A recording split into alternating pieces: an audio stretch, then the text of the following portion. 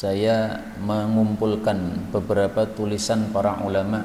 Saya kasih judul Fiqhus Siyam, fikih puasa alal madzahibil khamsah, berdasarkan 5 madhab, yaitu madhab Hanafi, madhab Maliki, madhab Syafi'i, madhab Hambali, dan madhab Imam Syaukani. Karena rata-rata orang Indonesia adalah madhab Syafi'i, maka kita akan membaca pada sore hari ini fikih madhab Syafi'i. Bagaimana pendapat madhab Syafi'i tentang ibadah puasa.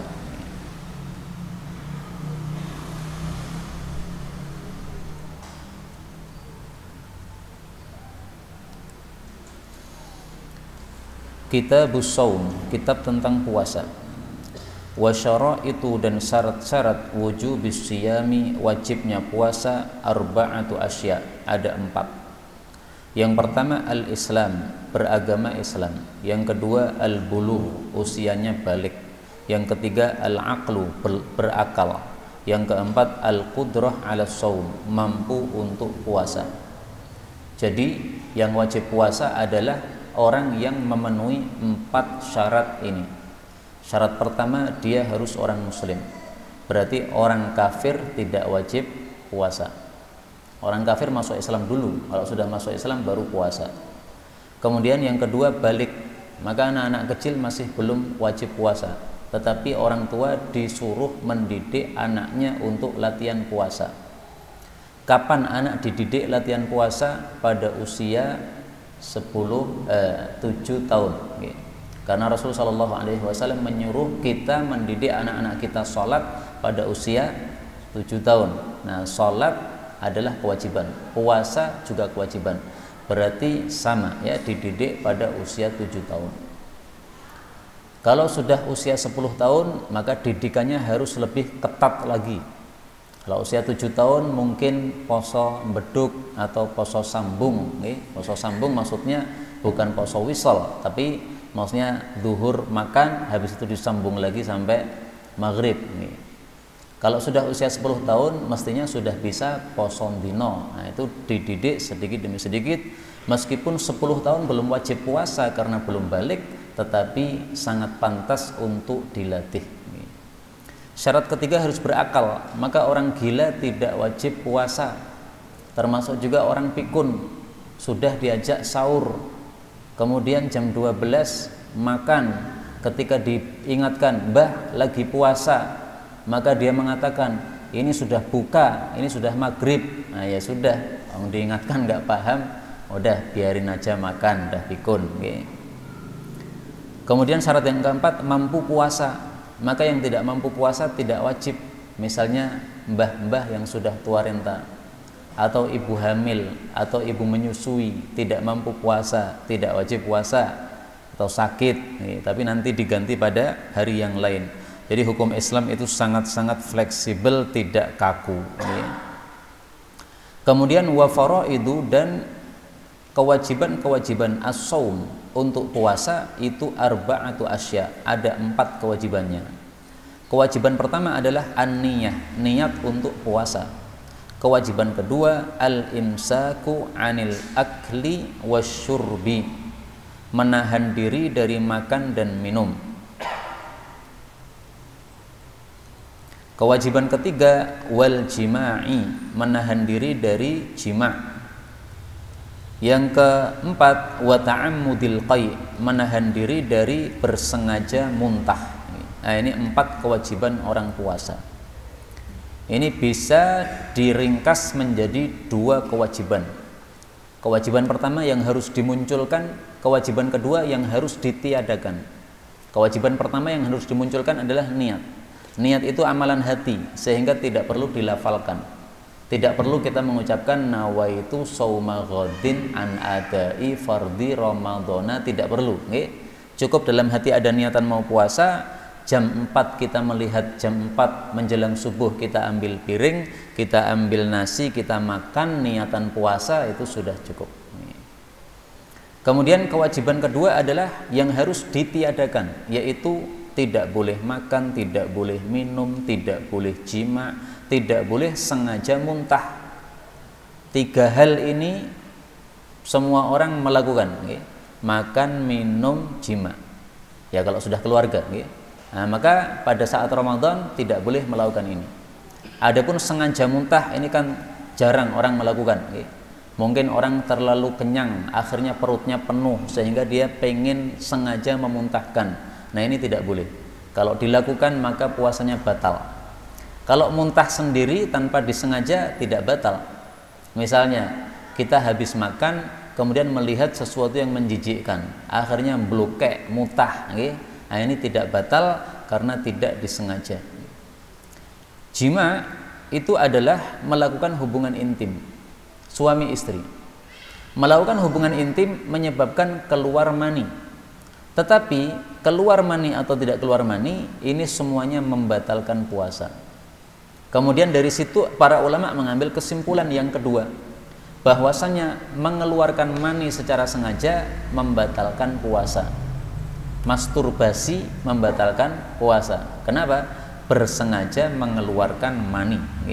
Karena itu dilarang masturbasi karena akan membatalkan puasa. Kemudian walladzi, dan barang-barang yang atau perkara-perkara yang yufattiru bihi shaima atau yafturu bihi shaimu. Orang puasa jadi batal dengan sebabnya asyratu asya. Ada 10 perkara. Nah, 10 perkara harus dihindari karena ini semuanya pembatal puasa. Pertama, ma wasala amdan, apa yang masuk secara sengaja ilal jauf, ke dalam perut kita. Maka tidak boleh kita memasukkan secara sengaja ke dalam perut kita. Misalnya wudu sambil minum, tidak boleh. Sebagian orang wudu kemudian lihat kanan kiri, nggak ada orang sambil ditelan, gelek, batal puasanya. Kalau ada yang begitu. Awir ra's, atau memasukkan sesuatu secara sengaja kepada kepala. Kepala berarti lewat jalur hidung maupun lewat jalur mulut. Kalau lewat jalur mata maupun lewat jalur telinga tidak membatalkan puasa. Kenapa? Karena antara mata dengan kerongkongan tidak ada jalur yang bersambung. Antara telinga sampai kerongkongan tidak ada jalur yang bersambung. Tapi antara hidung dengan kerongkongan jalurnya nyambung. Antara mulut tentu saja nyambung kerongkongan. Maka orang wudhu tidak boleh memasukkan air ke dalam hidung ketika puasa dengan dahsyat. Bolehnya dimasukkan dikit aja. Udah masuk dikit dah keluarkan. Sebagaimana hadis yang sahih kita temukan Rasul sallallahu alaihi wasallam bersabda, "Wa baligh fil istinsyaqi," dan dahsyatkan ketika istinsyak, yaitu memasukkan air ke lubang hidung, illa an takuna shaiman, kecuali kalau sedang puasa maka jangan didahsyatkan, masukkan dikit aja. Hadisnya riwayat Imam 4. Wal huknah, dan suntik fi ahadis sabilain, pada salah satu dari 2 jalur. Maksudnya jalur kencing sama jalur BAB. Kalau suntiknya pada pantat nggak apa-apa. Suntiknya pada lengan nggak apa-apa.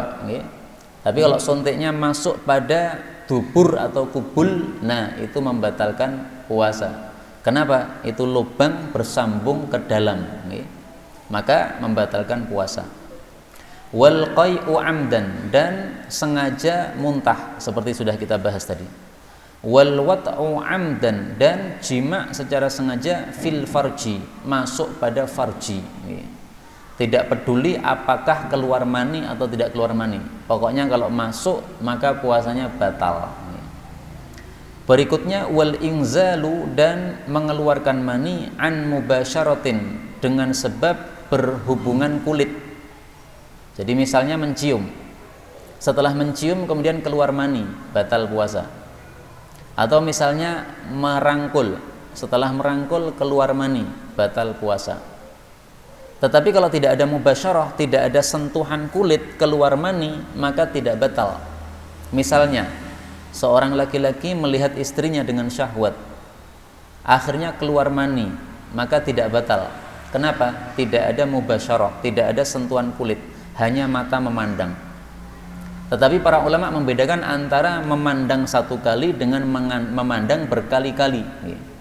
Memandang dengan syahwat, muncul syahwatnya, diulangi lagi, mandang lagi, mandang lagi, mandang lagi, akhirnya syahwatnya atau maninya keluar. Nah, kalau ini batal meskipun tidak menyentuh. Kenapa?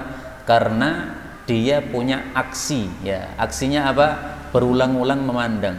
Maka itu sama dengan menyentuh, itu sama dengan mencium, sama dengan merangkul. Tidak boleh.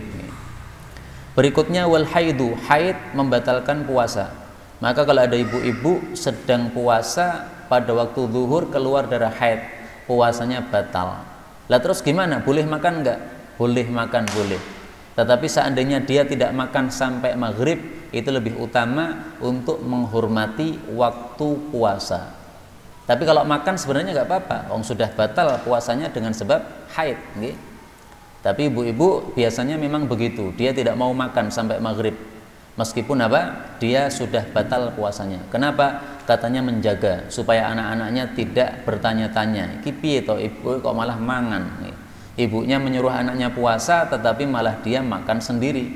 Anak-anak diberitahu ini haid, nggak paham apa haid, nggak paham.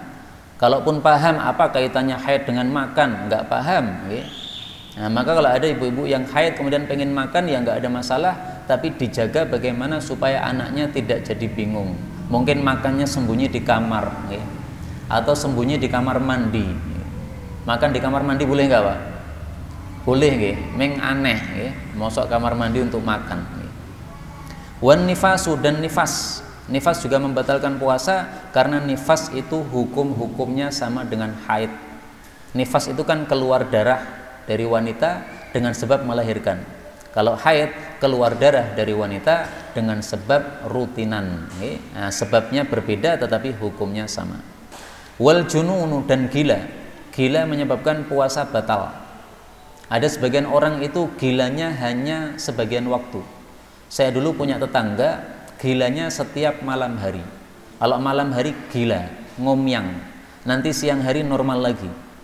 Lah ini tetangga saya ini perempuan, sebenarnya dia cantik, tetapi dia punya penyakit gila malam hari. Dinikahkan kepada seorang laki-laki, kaget dia, setiap malam istriku kok ngomyang. Akhirnya dicerai, ya. Karena waktu dinikahkan dia tidak diberitahu bahwa dia punya penyakit gila malam hari. Nah, kalau seandainya terbalik, gila siang hari, pada waktu zuhur selalu zuhur gila, nah itu berarti puasanya batal gara-gara gila. Kemudian wal ighma'u kullal yaum, dan pingsan sepanjang hari. Jadi pingsan itu kalau sepanjang hari membatalkan puasa. Kalau pingsannya sebentar nggak apa-apa.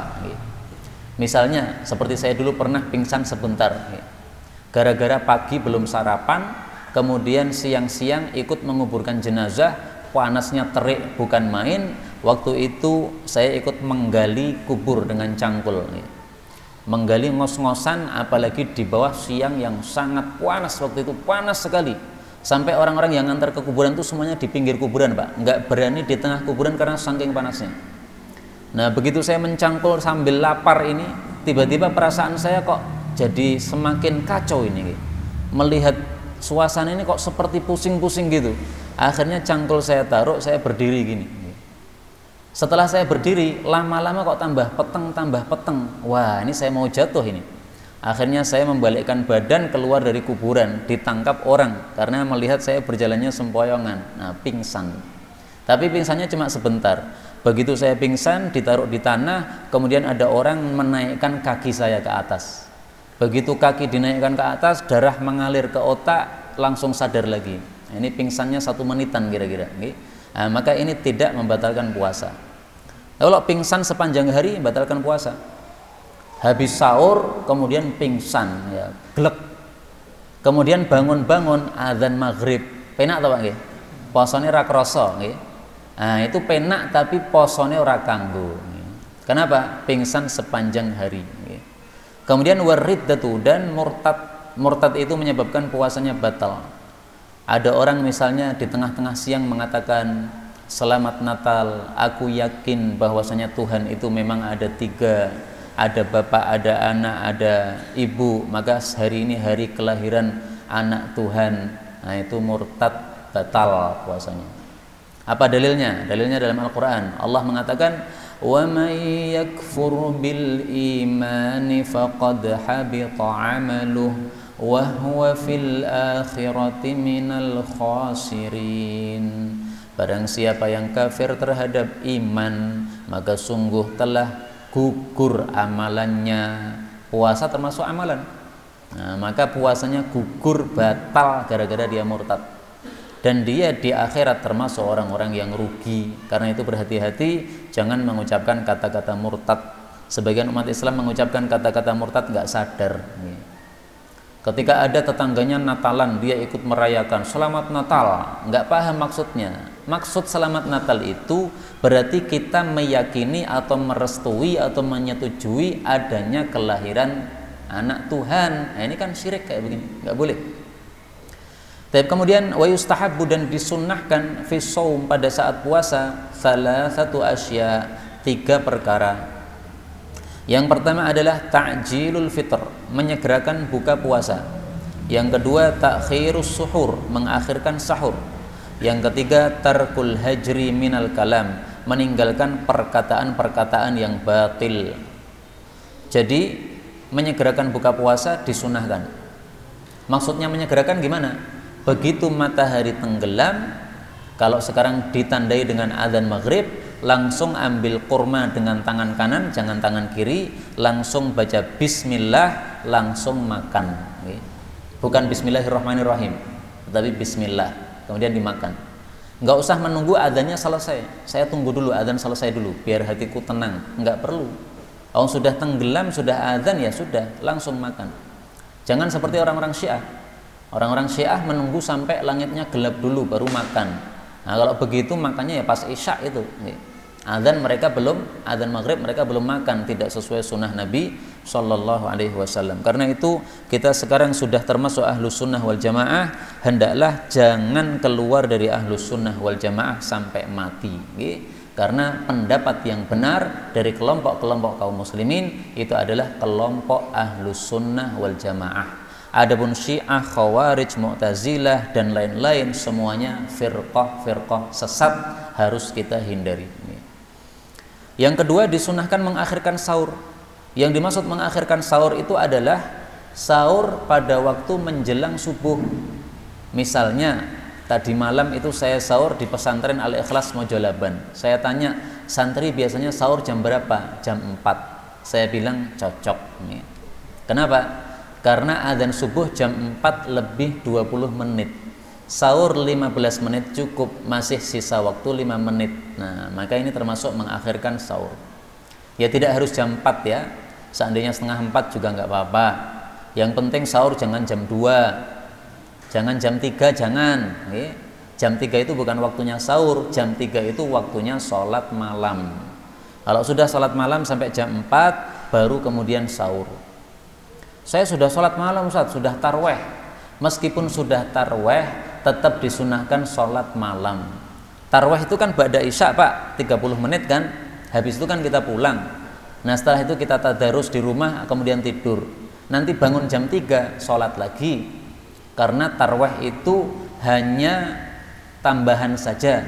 Sementara yang lebih inti adalah ibadah sendiri, ibadah sholat sunnah di rumah. Itu lebih inti. Tarweh tambahan. Tapi yang lebih inti adalah ibadah sunnah di rumah masing-masing. Karena ibadah di rumah itu pahalanya lebih besar daripada ibadah di tempat umum. Secara umum apa? Kaidahnya seperti itu. Nah, kembali ke sini, akhirkan sahur. Kemudian meninggalkan perkataan yang sia-sia, yang batil. Orang puasa jangan ngomong kecuali dia paham bahwa ucapannya ini berpahala atau tidak masalah. Kalau ucapannya sia-sia nggak usah diucapkan. Misalnya Pak Tani sambil nunggu sawahnya, menunggu kalau ada burung maka dia usir. Nah sambil menunggu itu sambil baca murattal, baca Al-Quran atau nyetel murattal didengarkan. Jangan sambil dangdutan, itu namanya sia-sia kayak begitu. Tadi pagi saya beli baju untuk anak-anak, penjualnya itu ibu-ibu pakai jilbab. Beliau nyetel dangdutan sambil nunggu pembeli. Nah, maka saya tegur, "Loh Bu, Ramadan kok dangdutan?" Ramadan kok disetel murotal, Ramadan poso niki. Nah, maka dia jawab, "Oh iya Pak, tadi murotal, tapi kemudian sudah habis ganti dangdut dewe." Nah, nggak ngerti bener pora, pokoknya ngomongnya kayaknya tadi ngomongnya gitu. Pak Tani sambil nunggu sawahnya sambil nyanyi-nyanyi. Oh ayo, nah, itu batil, perkataan sia-sia, nggak ada pahalanya, nggak usah ngomong gitulah. Membaca Quran aja lah malah dapat pahala banyak. Wa yahrumu, dan haram siyamu khamsati ayyam, puasa 5 hari. Apa saja? Al-Idan, 2 hari raya, wa ayyamut tasyrik, dan hari-hari tasyrik ats-tsalatsah yang jumlahnya 3 hari. Jadi yang diharamkan puasa dalam setahun menurut mazhab Syafi'i hanya 5 hari. Idul Fitri, Idul Adha, kemudian hari tasyrik yaitu tanggal 11, 12, 13 setelah Idul Adha. Idul Adha kan tanggal 10 Dzul Hijjah. Nah, 11, 12, 13. Kenapa 5 hari ini haram untuk puasa? Karena 5 hari ini dijadikan oleh Allah sebagai hari makan minum. Kalau kita nekat puasa, seolah-olah kita nantang Allah. Ya Allah, ini ketetapanmu sebagai hari makan minum ini ora jos. Ini hari poso aja. Nah, ini mosok nantang sama Allah Subhanahu wa Ta'ala. Tidak boleh. Karena itu hendaklah kita menjaga jangan sampai puasa pada 5 hari ini. Kemudian wa yukrahu, dan dimakruhkan saumu, berpuasa yaumis syakki, pada hari syak. Illa, kecuali ayyuwafiqa, apabila bertepatan adatan lahu, dengan adat yang dia berpuasa padanya, au yasiluhu, atau dia menyambung puasa tersebut bima qablahu, dengan hari sebelumnya. Makruh puasa hari syak. Apa hari syak? Hari syak itu artinya hari meragukan.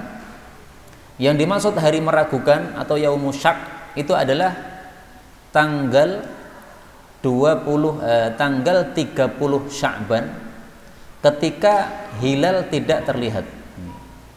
Jadi Sya'ban sudah lewat 29 hari, kemudian kita melihat hilal. Nah, hilalnya tidak terlihat karena mendung. Hilal tidak terlihat karena apa? Mendung, atau karena tertutup awan. Maka karena tidak terlihat hilal, kita disuruh oleh Nabi untuk menggenapkan Sya'ban jadi 30 hari. Nah, hari ke-30 pada bulan Sya'ban, ketika hilalnya tidak tampak gara-gara tertutup oleh mendung atau oleh awan, maka itu namanya hari syak. Ini makruh untuk puasa, jangan puasa. Yang membolehkan puasa adalah mazhab Hambali. Mayoritas ulama mengatakan jangan puasa, makruh puasa. Karena itu kita ikuti mayoritas ulama saja, tidak usah puasa pada hari syak, ya. Hari terakhir dari Sya'ban jangan puasa. Kenapa? Karena Rasul Shallallahu Alaihi Wasallam bersabda, la taqaddamu Ramadana, jangan mendahului puasa Ramadan bisiyami yaumin wala yaumin, dengan puasa 1 hari atau 2 hari sebelumnya. Jadi 2 hari akhir Sya'ban dilarang puasa. Illa ayyakuna syai'un yasumuhu ahadukum, kecuali kalau bertepatan dengan hari puasa yang biasa dilakukan. Misalnya Ramadan kita kemarin mulainya hari Selasa. Nah, kita sudah biasa puasa Senin Kemis, maka Seninnya kita puasa nggak apa-apa, meskipun 1 hari sebelum Ramadan. Kenapa? Itu sudah adat kita. Itulah yang dimaksud dari kata-kata illa ayyuwafiqa adatan lahu, kecuali kalau puasa hari syak itu bertepatan dengan kebiasaan puasa dia. Kemudian beliau mengatakan, waman wati'a, dan barang siapa yang jima fi nahari Ramadan, pada siang hari bulan Ramadan, amidan, secara sengaja, fil farji, masuk dalam kemaluan, fa'alaihi, maka wajib atasnya al-qadha, mengganti puasa, wal kaffarah, dan membayar kaffarah. Jadi selama siang hari kita berpuasa Ramadan, haram hukumnya jima'.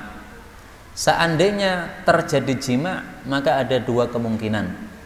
Kemungkinan pertama, jima'nya lupa bahwa dia lagi puasa, maka kalau lupa dimaafkan. Saya mandi. Kenapa mandi? Tadi itu hubungan. Loh, piye tok hubungan? Ini kan Ramadan. Iya, karena ini hari pertama saya lupa. Nggih. Wajar toh Pak nggih kalau hari pertama lupa toh nggih? Karena hari pertama masuk Ramadan, ada minuman di samping dia langsung diambil glek. Begitu selesai kaget, subhanallah ini Ramadan. Nah, dimaafkan nggih. Demikian juga tidur-tidur di samping ada istri, nggih, bangun-bangun hubungan. Begitu selesai kaget, masya Allah ini kan Ramadan. Nah, ini tidak batal karena lupa. Kemungkinan kedua, dia bersengaja. Maka di sini dikatakan amidan. Kalau dia sengaja, maka puasanya batal. Karena puasanya batal, maka wajib untuk qadha, mengganti di hari yang lain. Plus ada denda, yaitu kafarah, membayar kafarah. Kafarahnya apa? Wahiyya, yaitu itqu raqabatin mu'minah, memerdekakan seorang budak muslim. Jadi syaratnya harus muslim. Kalau budak kafir yang dimerdekakan tidak sah, maka wajib mengganti lagi atau memerdekakan lagi budak muslim. Sekarang nggak ada budak, baik. Fa illam yajid, kalau tidak mendapati budak, fasyamu syahrain, maka dia wajib puasa 2 bulan. Bukan 2 hari nggih, 2 bulan. Itu pun mutatabi'ain, berturut-turut. Jadi tidak boleh bolong-bolong, kadang puasa, kadang tidak. Enggak, harus puasa 2 bulan berturut-turut. Seandainya dia sudah puasa 1,5 bulan, setelah itu 1 hari dia tidak puasa tanpa sebab, kemudian dia puasa lagi, tidak sah. Harus diulang lagi dari 0, okay? Mulai lagi dari 0, dihitung lagi 2 bulan lagi. Kecuali kalau ada udzur nggak apa-apa. Wanita wajib misalnya puasa 2 bulan berturut-turut, di tengah-tengah puasa dia haid, ya nggak apa-apa, dia tidak puasa, ada udzur. Okay? Atau laki-laki setelah dia hubungan intim dengan istrinya siang Ramadan, dia wajib puasa 2 bulan, baru dapat 1 bulan sakit gara-gara terlalu sering puasa, akhirnya sakit, lemes, loyo, nggak bisa puasa. Nah, dia tidak puasa nggak apa-apa, ada sebabnya, tapi nanti sehat harus langsung puasa lagi.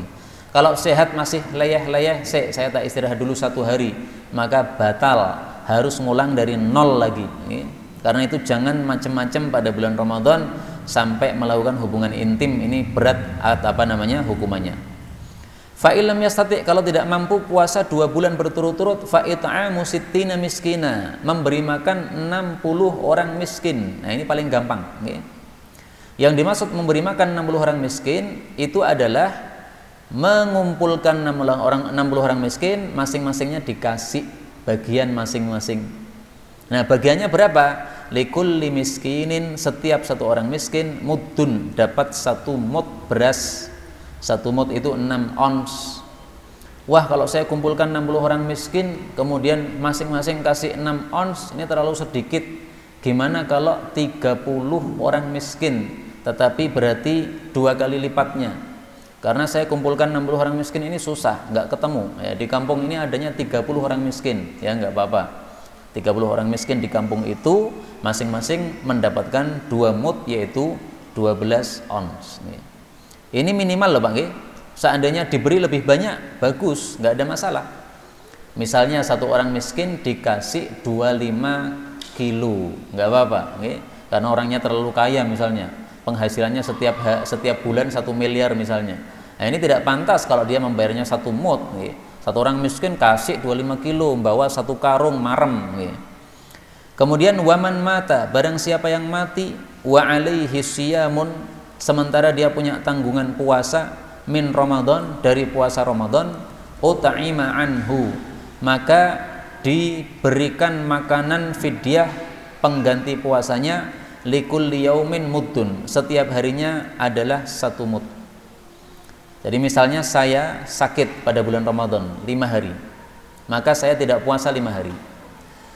Kemudian setelah Ramadan selesai, sudah lewat 10 hari saya sehat, tetapi saya belum sempat melakukan puasa itu, kemudian mati misalnya.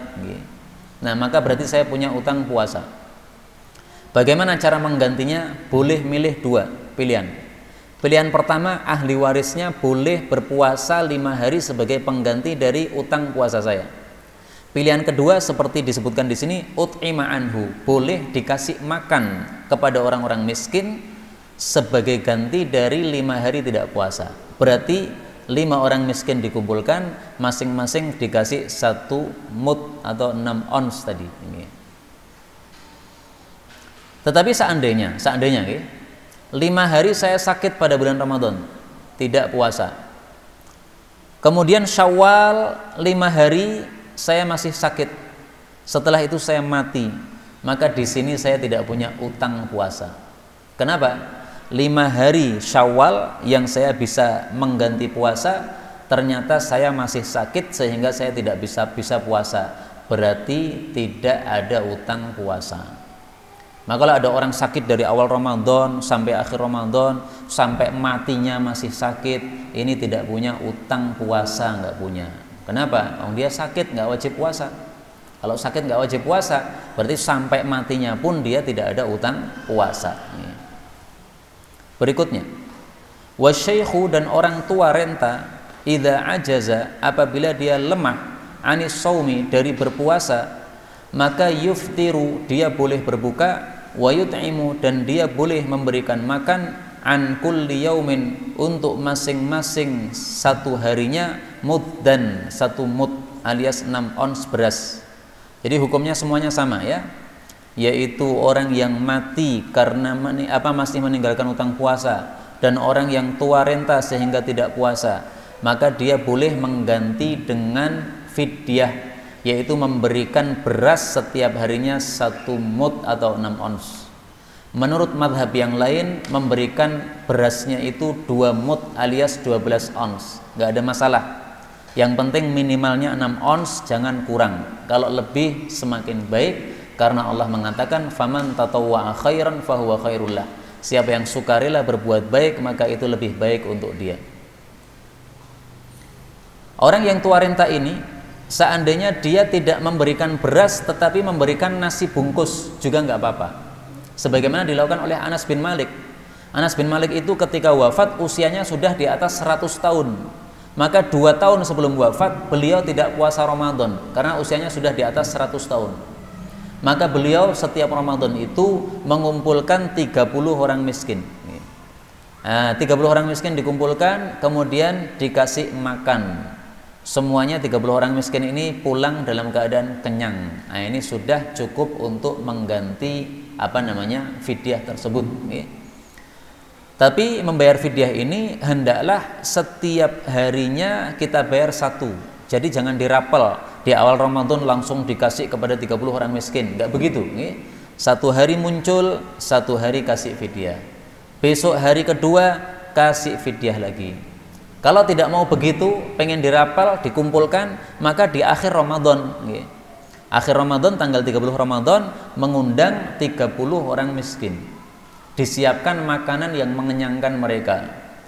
Makanan misalnya menyembelih kambing 1, 30 orang miskin diundang untuk makan lauk kambing ini, 1 kambing untuk 30 orang. Nah, ini sudah cukup mengenyangkan. Ini sah begini, ini nggak ada masalah. Yang penting 1 hari tidak puasa diganti beri makan kepada 1 orang miskin. Bisa beras, kalau beras minimal 1 mud, bisa nasi jadi ya makanan jadi, tapi harus yang mengenyangkan. Tidak boleh dikasih nasi kucing, nggak boleh, karena belum kenyang. Wallahu a'lam bissawab. Inilah yang dapat kita bicarakan pada sore hari ini. Benarnya dari Allah, dan kalau ada salahnya fa astaghfirullahal azim li wa lakum.